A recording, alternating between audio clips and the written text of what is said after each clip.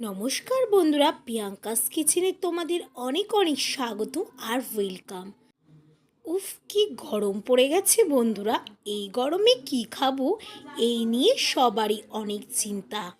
আর চিন্তা না করে বাড়িতে এক দুর্দান্ত রেসিপি বানিয়ে ফেলো। রেসিপিটির নাম হলো আম দিয়ে মুসুরির ডালের রেসিপি। শুধু ডাল দিয়েই পুরো ভাত খেয়ে নেবে এরকমই একটি রেসিপি। চলো বন্ধুরা, স্কিপ না করে দেখতে থাকো আমি কি করে এই আম ডালের রেসিপিটি বানাই। এখানে আমি 100 গ্রামের মতন মুসুরির ডাল নিয়ে নিয়েছি, আর নিয়ে নিয়েছি দুটো কাঁচা আম, আর নিয়েছি 4টে কাঁচা লঙ্কা। এরপর আমটা আমি খুব সুন্দর করে কেটে নিচ্ছি। দেখো বন্ধুরা, লম্বা লম্বা করে আমটা খুব সুন্দর করে কেটে ধুয়ে রেখেছি।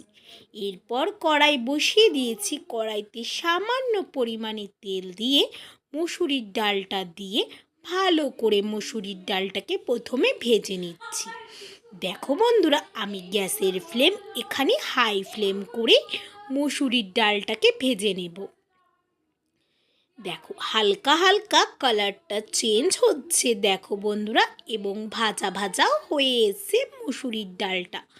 এরপর পরিমাণ মতন জল দিয়ে দেব ডালটা সেদ্ধ হওয়ার জন্য। এখানে আমি হাফ মগের মতন জল দিয়েছি ডালটা সেদ্ধ হওয়ার জন্য। এরপর এর মধ্যে দেব 4টে চেরা কাঁচা লঙ্কা এবং 1 চামচের মতো নুন দেব। দিয়ে ভালো করে নাড়িয়ে চাড়িয়ে ডালটাকে সেদ্ধ হতে দিয়ে দেব। গ্যাসের ফ্লেম এখানে হাই টু মিডিয়াম ফ্লেম করে ঢাকনা দিয়ে ডালটাকে সেদ্ধ হতে দিয়ে দেবো। এখানে লো ফ্লেম করে রেখেছিলাম ঢাকনা দিয়ে। 5 থেকে 7 মিনিট পর ফিরে এসেছি। দেখো বন্ধুরা, মসুরির ডালটা কত সুন্দর সেদ্ধ হয়ে গেছে। আবারও ঢাকনা দিয়ে ঢেকে দেব ডালটাকে আবারও একটু সেদ্ধ হওয়ার জন্য 5 থেকে 7 মিনিটের জন্য। 5 থেকে 7 মিনিট পর ফিরে এসেছি। ডালটা একদমই গলে গেছে এবং খুব সুন্দর সেদ্ধ হয়ে গেছে। এরপর পরিমাণ মতন জল দিয়ে দেবো ডালে। এখানে আমি 1 থেকে 1.5 মগের মতন জল দিয়েছি। তোমরা পরিমাণ বুঝে জলটা ব্যবহার করবে।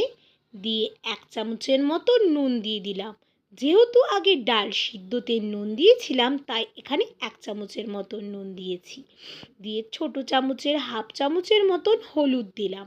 নুন হলুদ দিয়ে ভালো করে ডালটাকে নাড়িয়ে চাড়িয়ে ফুটতে দিয়ে দেব গ্যাসের ফ্লেম হাই ফ্লেম করে। ডালটা ফুটে এসছে হালকা হালকা। এরপর এর মধ্যে কেটে রাখা আমগুলো দিয়ে দেব ডালের মধ্যে। ডালের মধ্যে আম দিয়ে ভালোভাবে আবারও নাড়িয়ে ছাড়িয়ে নেব। এখানে গ্যাসের ফ্লেম হাই ফ্লেম করে আমটাকে একটু সেদ্ধ হতে দিয়ে দেব।